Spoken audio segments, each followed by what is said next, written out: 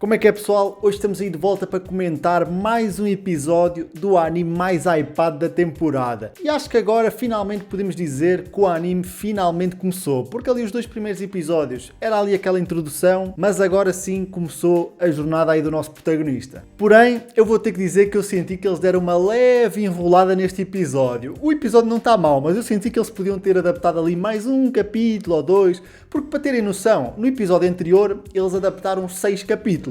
E neste aqui eles só adaptaram 3, ou seja, foi metade do material. Mas mesmo assim ainda tivemos aí umas informações interessantes, então vamos aí comentar o episódio para saber o que é que aconteceu com o Jinu e o que é aquele sistema de MMO que só ele consegue ver. Então, bora lá para o episódio, pessoal. O episódio começa com o Jinu a acordar na cama do hospital e não nos é mostrado o que exatamente aconteceu depois dele ter aceito se tornar um jogador, nem como é que ele saiu daquela situação.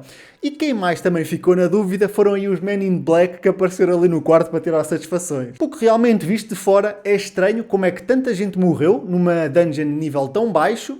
E depois o pessoal dizia que tinha lá uma dungeon dupla, quando chegaram lá essa dungeon dupla não estava lá, tinha desaparecido sem deixar rastro, então realmente é algo um pouco curioso que aconteceu ali. E aqui nesta cena, onde eles falam ali como é que eles encontraram o Jinu, eu notei que existe aí uma diferença do mão A. Por exemplo, no mão A eles disseram que também que a dungeon também tinha desaparecido, só que eles encontraram o Jinu em cima do altar, sendo que aqui no anime eles encontraram ali no meio do chão. Então achei um pouco curioso o porquê que eles fizeram essa mudança, porque é que eles decidiram retirar o altar. Mas continuando o episódio, basicamente os Men in Black tinham ido ali ao hospital para saber se o Jinu tinha conseguido um segundo despertar, porque assim até já conseguia meio que explicar o porquê de como é que ele se safou daquela situação. Então eles trouxeram ali um aparelho para medir a mana, para ver se ele tinha subido de rank, mas continuava igual, ou seja, ele não tinha recebido um despertar. Então eles ficaram com uma teoria que alguém de rank S podia ter ajudado o pessoal. Mas lá está, nós sabemos que não é o caso, porque o segundo despertar do Jinu foi ter ganho a habilidade de se tornar um jogador. E agora, se pararmos para analisar um pouco este sistema aqui de MMORPG, aqui o sistema de jogador,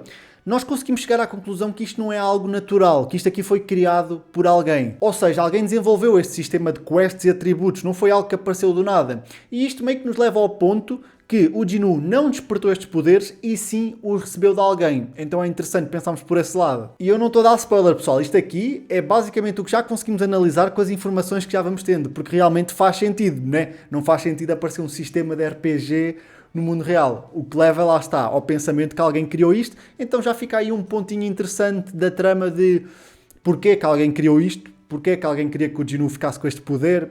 Já abre aí umas questões interessantes para uma pessoa ficar curiosa na trama. Mas continuando o episódio, depois dos Men in Black saírem, irem lá à vida dele, a irmã dele chega para lhe fazer uma visita. E aí o Jinu ele repara que ele é o único que consegue ver ali aquele sistema de MMORPG. E eu achei engraçado nesta cena que o Jinu teve que perguntar à irmã como é que se via as notificações num game, porque supostamente a irmã dele era aí uma gamer. Mas porra, Jinu, é o básico, meu. Se ainda perguntasses como é que se fazia ali uma build foda de mago, eu ainda percebia, mas não saber ver as notificações é tenso. Mas depois da irmã dele ver basicamente que ele estava ali bem, já estava ali meio recuperado, ela decide ir embora e o Jinu decide ver lá as suas notificações. E ele vê que ele agora vai ter que completar missões diárias e se ele não as fizer, ele vai ter que sofrer uma punição. E lá está, isto complementa o que eu falei há bocado. Isto parece muito que alguém criou este sistema para obrigar quem fosse jogador a estar sempre em evolução, estar sempre a evoluir. Porque lá está, tipo, ou tu treinas ou tu tens uma punição. Então a pessoa meio que é obrigada, aqui com estas missões diárias, a estar sempre a progredir. Então isto aqui meio que complementa o que eu disse há bocado. Com estas informaçõezinhas, a gente já vai entendendo aqui como é que a trama vai se desenvolvendo. E agora, uma coisa aqui curiosa que eu reparei, e eu tenho a certeza que muitos de vocês também repararam, é que a primeira missão diária que ele recebeu é literalmente o treinamento do Saitama. Que era fazer ali 100 flexões, 100 abdominais e 100 agachamentos e correr 10 km, isso todos os dias. Mas lá está, como o Jinu não queria ficar careca, ele decidiu não fazer o treinamento. E por causa disso, o stress foi quando o dia chegou ao fim. Que por ele não ter concluído a missão, ele teve que enfrentar a penalidade. Então ele foi ali teletransportado para um deserto e a penalidade era ele fugir durante 4 horas de centopeias gigantes. Aí também é foda, eu nem sei como é que ele aguentou as 4 horas, mas está forte o homem. Mas a partir daí, obviamente, ele já viu que se ele não completar as missões vai dar merda, então ele começa a treinar todos os dias e já começa ali a ganhar uns pontos de atributos e começa a ganhar também recompensas pelas missões diárias. Mas enquanto o Jinu andava aí nos seus treinamentos, a Joey, que era aquela mina lá, a curandeira dos primeiros episódios, ela descobre que o Jinu tinha acordado, então ela decide ir ali ao hospital visitá-lo. Só que, quando ela chega lá, ela vê que o Jin-woo já está ali todo recuperado a bombar ali nos treinamentos e ela decide não falar com ele. Eu acho que esta cena nem aparece no manhwa, não que seja algo muito relevante, mas eu achei interessante porque a Joey, ela ficou abalada com a situação, com o que tinha acontecido. E ela, ao ver aqui o Jin-woo já bem, digamos assim, a treinar e tudo mais, ela decide não falar com ele porque é como se eles não estivessem em sintonia, porque realmente não estão. Porque ali a Joey, depois do que aconteceu, ela quer, a ideia dela é afastar-se da vida de caçadora. Sendo que ela observar o Jin-woo já aqui a treinar, recuperado, ainda nem teve volta do hospital, já anda ali nos treinamentos, ela vê que a vibe dele é totalmente o oposto dela. Ele vai querer continuar nessa vida de caçador e não vai parar. E por causa dessa incompatibilidade, eu sinto aqui, foi o que eu interpretei, que a Joey não quis falar com ele e disse, tipo, deixa estar, é melhor, tipo, cada um ficar no seu mundinho, digamos assim. E mais à frente no episódio, até nos é mostrado um pouco do passado do Jin-woo. Aparece ali uma espécie de flashback, quando ele despertou, teve o seu primeiro despertar, e quando a mãe dele ficou doente a primeira vez, e aqui, lá está, é meio para nos lembrar o porquê do Jin-woo ser mais forte mentalmente, mais do que a Joey, por exemplo. Porque a motivação dele é outra, ele não está lá só para ganhar dinheiro. É para ganhar dinheiro, obviamente, mas é porquê? Porque ele quer ajudar a mãe e a irmã. Então aqui vemos que as motivações dele são o que faz ele ficar mais forte, por isso é que ele não desiste e já está ali a treinar também. Se bem que ele também não tem muita escolha agora com as missões diárias, mas dá para perceber que de qualquer maneira, mesmo que não tivesse esta limitação, como é que eu posso dizer, este throwback de ele ter que fazer missões diárias todos os dias, eu acredito que o Jin-woo, mesmo assim, ele ia continuar a treinar para ficar cada vez mais forte para enfrentar as dungeons. Porque lá está, porque a motivação dele é algo maior e esta cena aqui meio que serviu também para nos fazer gostar mais do protagonista. Continuando aí o episódio, o Jin-woo, numa dessas recompensas das missões diárias que ele andava a fazer, ele ganhou uma chave. E essa chave supostamente abriu uma dungeon instanciada. E o que é uma dungeon instanciada? Meio complicado de explicar, mas basicamente ela é uma dungeon diferente das que nós vimos até agora e ela é uma dungeon que tem um propósito. Como se ela tivesse sido criada para alguém para algum propósito específico.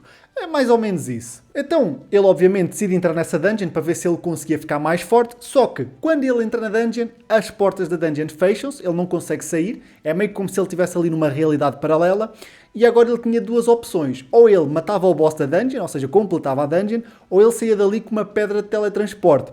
Como ele não tinha uma pedra de teletransporte e nem sabia o que era, só restou uma opção, né? Então com isso, ele adentrou na dungeon. E ele mal avança aí na dungeon, ele encontra logo ali 3 goblins. E esta parte é interessante porque esta parte não está no manhwa. É uma parte original do anime. Então, interessante eles terem colocado aqui os goblins. Eu acredito que foi para fazer ali um paralelo com o flashback que eles mostraram da primeira missão que ele fez. Que ele sofreu ali com os goblins e agora nos é mostrado aqui ele, um tempo depois, a conseguir acabar com 3 goblins facilmente, podemos dizer assim. Só que depois dele acabar com os goblins, aparece aí um Lycan para lutar com ele, que é ali aquele cachorrão vermelho. Ele ainda luta ali brevemente com o Lycan, só que obviamente a adaga dele tinha que se quebrar no meio. Eu não sei, mas o Jin-woo tem que arranjar outro fornecedor, que estas adagas não estão com nada. Mas depois disso, o cachorro parte para cima do Jin-woo para dar aquele ataque final e o episódio termina nesse cliffhanger criminoso. E foi o que eu tinha comentado lá no início do vídeo, pessoal. Eu senti que eles deram aqui uma leve enrolada neste episódio. Eu acho que eles podiam ter adaptado mais um capítulo ou 2. Não que o episódio tenha ficado mal, muito pelo contrário, o episódio está muito bom, só que eu senti que não acontece grande coisa, eles só focaram mais em dar umas explicações. Eu acho que eles podiam ter avançado um pouco mais aqui na parte da dungeon aqui no fim e não acabar neste cliffhanger criminoso. Mas isto eu acredito que seja também mais uma crítica, porque eu ando aqui a ver o anime semanalmente. Eu acredito que se eu tivesse a ver tudo seguidinho, tudo na sequência, não era uma crítica, porque está-se bem. Mas lá está, nós que estamos aqui a ver semanalmente, termos assim pouco conteúdo por semana é torturante, mas faz parte. Mas é basicamente isso que eu tinha para comentar sobre o episódio. Eu espero que vocês tenham curtido mais um vídeo de Solo Leveling. Se vocês curtiram, não se esqueçam de deixar o like e de comentar também o que é que vocês estão a achar do anime até agora. No mais, pessoal, muito obrigado por assistirem. Eu vou ficar por aqui e portem-se bem. Tchau!